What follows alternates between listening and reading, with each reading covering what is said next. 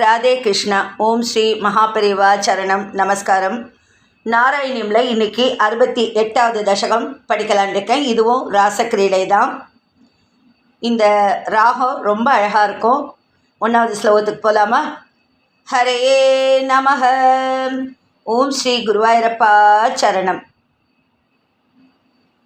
तव विलोकनाथ कृष्ण गोपिका जनाः प्रमदसङ्कुलाः कृष्ण पङ्कजे क्षणाः अमृतधारया कृष्ण सम्प्लुता इव स्तिमिततां दधु कृष्ण त्वत्पुरोगताः.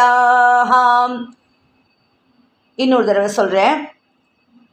तव विलोकनाथ कृष्ण गोपिका जनाः प्रमदसङ्कुलाः कृष्ण पङ्कजे क्षणाः अमृतधारया कृष्ण सम्प्लुता इव स्मितततां दधु कृष्ण त्वत्पुरोगताः.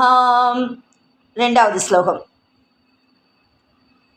तदनु काचन कृष्ण त्वत्कराम्बुजं सपदि गृह्णति कृष्ण निर्विशङ्कितं गणपयोधरे कृष्ण सन्निधाय सा पुलकसंवृता कृष्ण तस्थुषी चिरम्.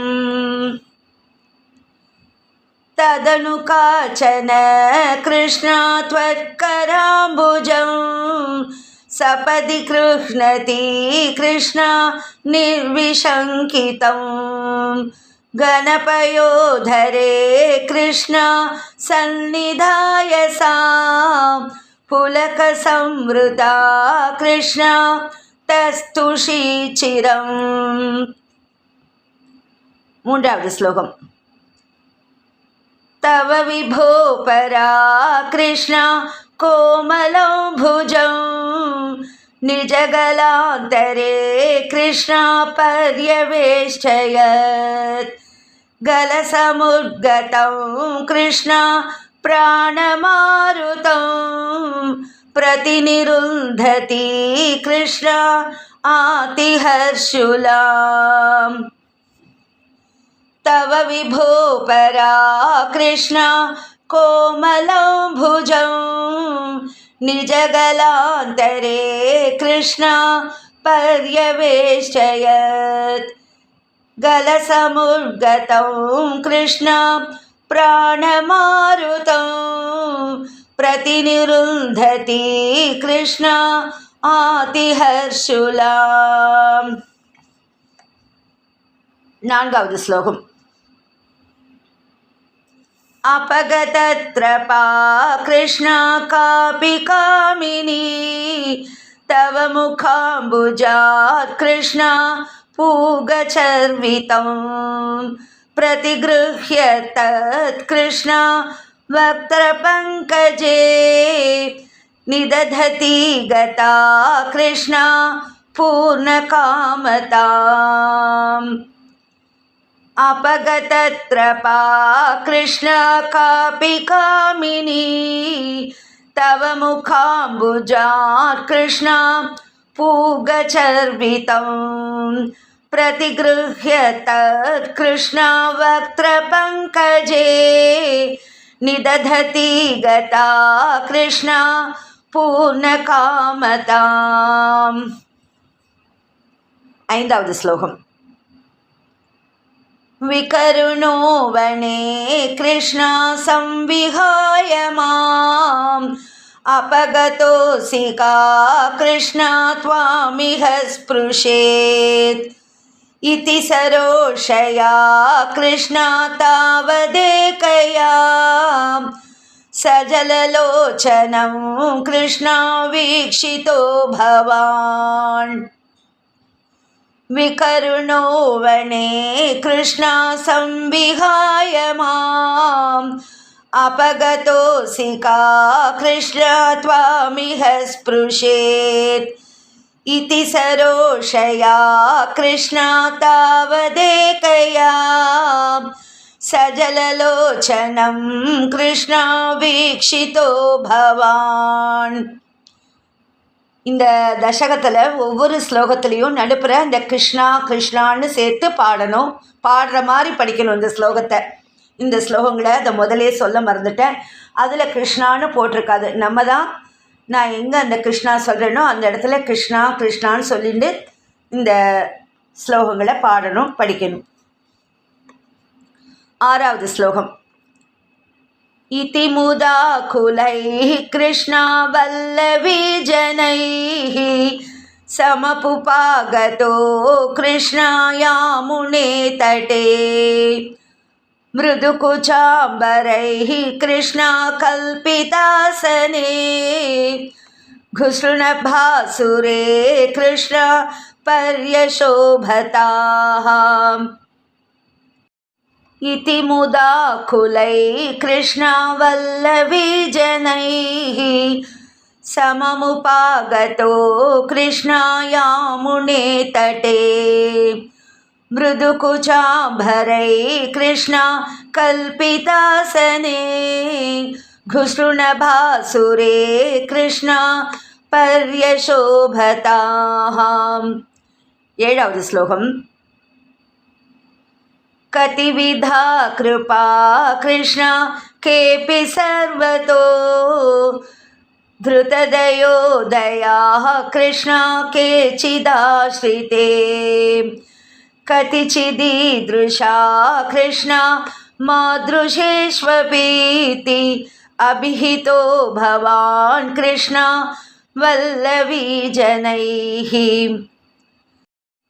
कतिविधा कृपा कृष्णा केऽपि सर्वतो धृतदयोदयाः कृष्णा केचिदाश्रिते कतिचिदीदृशा कृष्णा मादृशेष्वपीति अभिहितो भवान् कृष्णा वल्लवी जनैः. 8வது ஸ்லோகம். अयि कुमारिका कृष्णा नैव शङ्क्यतां कठिनतामयी कृष्णा प्रेम कातरे मयि तु चेतसो कृष्णा वोऽनुवृत्तये कृतमिदं मया कृष्णा यूचिवान् भवान्. अयि कुमारिका कृष्णा नैव शङ्क्यतां कठिनतामयी कृष्णा प्रेम कातरे मयि तु चेतसो कृष्णा वोऽनुवृत्तये कृतमिदं मया कृष्णा यूचिवान् भवान्. 9வது ஸ்லோகம். अयि निशम्यतां कृष्णा जीववल्लभाः प्रियतमो जनो कृष्णा नेदृशो मम तदिह रम्यतां कृष्णा रम्ययामिनीषु अनुपरोधमिति कृष्णा आलपो विभो. अयि निशम्यतां कृष्णा जीववल्लभाः प्रियतमो जनो कृष्णा नेदृशो मम तदिह रम्यतां कृष्णा रम्ययामिनीषु अनुपरोधमिति कृष्णा आलपो विभो. 10வது ஸ்லோகம். इति गिरातिघं कृष्णा मोदमेदुरैः व्रजवधूजनैः कृष्णा साकमारमन् कलितकौतुको कृष्णा रासखेलने गुरुपुरीपते कृष्णा पाहि मां गदात्. इति गिरातिघं कृष्णा मोदमेदुरैः व्रजवधूजनैः कृष्णा साकमारमन् कलितकौतुको कृष्णा रासखेलने गुरुपुरीपते कृष्णा पाहि मां गदात्. இதில் 10 ஸ்லோகங்களும் படிச்சுட்டேன். ரொம்ப ஈஸியாக இருக்கும். இது பாடவும் நல்லாயிருக்கும். கிருஷ்ணன் முன்னாடி எல்லோரும் படித்து பாருங்க. அப்புறம் கமெண்ட்ஸில் ஏதாவது ஒரு ராதே கிருஷ்ணா ஒரு சிம்பிளாவது போடுங்க. அப்போ தான் நீங்கள்லாம் கேட்குறேங்கிறது எனக்கும் ஒரு சந்தோஷமாக இருக்கும். அப்புறம் சப்ஸ்கிரைப் பண்ணாதவா அவசியம் சப்ஸ்கிரைப் பண்ணும்படி கேட்டுக்கிறேன். ஹரே நமஹ. ஓம் ஸ்ரீ குருவாயூரப்பா சரணம். ராதே கிருஷ்ணா. ஓம் ஸ்ரீ மகாபெரிவா சரணம். நமஸ்காரம்.